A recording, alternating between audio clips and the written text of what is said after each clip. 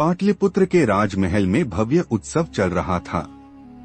चारों ओर दीप जलाए गए थे, सड़कों पर नागरिकों का हुजूम उमड़ पड़ा था और हर कोई अपने नए सम्राट चंद्रगुप्त मौर्य के राज्याभिषेक की खुशी मना रहा था। नंद वंश का अंत हो चुका था और अब मौर्य साम्राज्य की शुरुआत हो रही थी। लेकिन इस पूरे उत्सव के बीच राजमहल के भीतर एक कक्ष में चंद्रगुप्त अकेले बैठे थे। उनके सामने एक विशाल नक्शा रखा था, भारतवर्ष का नक्शा। नक्शे में कई छोटे बड़े राज्य अंकित थे, कुछ शक्तिशाली, कुछ कमजोर और कुछ जो केवल नाम मात्र के लिए स्वतंत्र थे।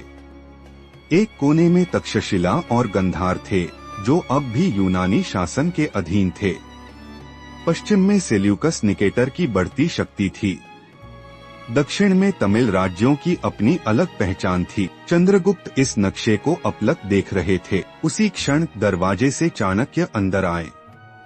उन्होंने चंद्रगुप्त को एकटक देखते हुए कहा, सम्राट, क्या देख रहे हो? चंद्रगुप्त ने बिना नजर हटाए जवाब दिया, भारत को। चाणक्य मुस्कुराए। तो क्या तुम इसे संपूर्ण देख पा रहे हो? चंद्रगुप्त ने धीरे से सिर हिला दिया। चाणक्य ने गंभीर स्वर में कहा, यही तो तुम्हारा सबसे बड़ा लक्ष्य है चंद्रगुप्त। मगध का राजा बनने के लिए हमने बहुत संघर्ष किया, लेकिन हमारा उद्देश्य केवल एक सिंहासन पाना नहीं था।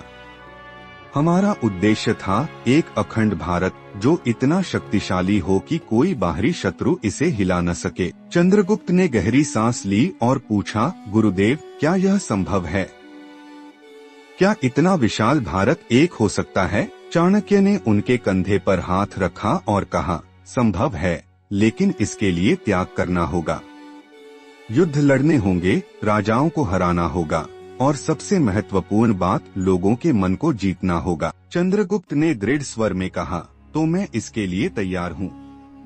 मौर्य साम्राज्य केवल मगध तक सीमित नहीं रहेगा, यह पूरे भारत को एक करेगा। चाणक्य ने आशीर्वाद देते हुए कहा, अब तुम केवल राजा नहीं, भारत के भविष्य हो। राज्याभिषेक के अगले दिन पाटलिपुत्र के राजमहल में एक महत्वपूर्ण सभा बुलाई गई।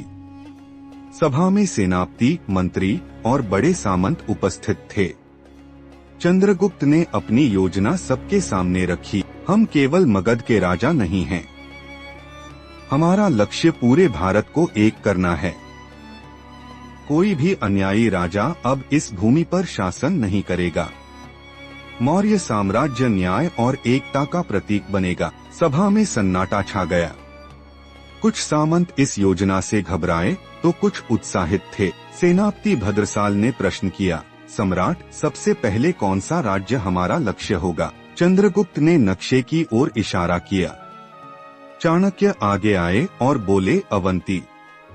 यह मध्य भारत का एक समृद्ध राज्य है और इसे जीतने के बाद हमारी पकड़ पूरे उत्तर भारत में मजबूत हो जाएगी। अवंती के राजा चंद्रसेन को जैसे ही यह समाचार मिला कि मौर्य सेना उसकी ओर बढ़ रही है, उसने अपनी सेना को तैयार कर लिया।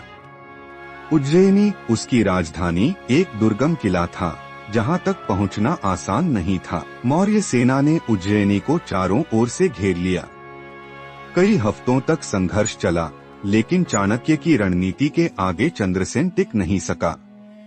अंततः उसने समर्पण कर दिया, लेकिन चंद्रगुप्त ने उसे माफ कर दिया और कहा, तुम मौर्य साम्राज्य के अधीन रहकर उज्जैनी पर शासन कर सकते हो, लेकिन अब यहाँ अन्याय नहीं होगा। अवंती अब मौर्य साम्राज्य का हिस्सा बन चुका था। अब चंद्रगुप्त की नजर गंधार और तक्षशिला पर थी।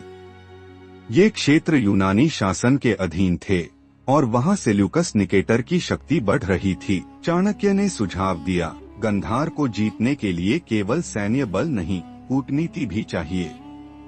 वहाँ के व्यापारी यूनानियों से नाखुश हैं। अगर हम उन्हें अपने पक्ष में कर लें तो जीत आसान होगी। चंद्रगुप्त ने चाणक्य की सलाह मानी। उन्होंने गंधार और तक्षशिला के व्यापारियों को संदेश भेजा कि मौर्य शासन उनके व्यापार को अधिक सुरक्षा और अवसर देगा।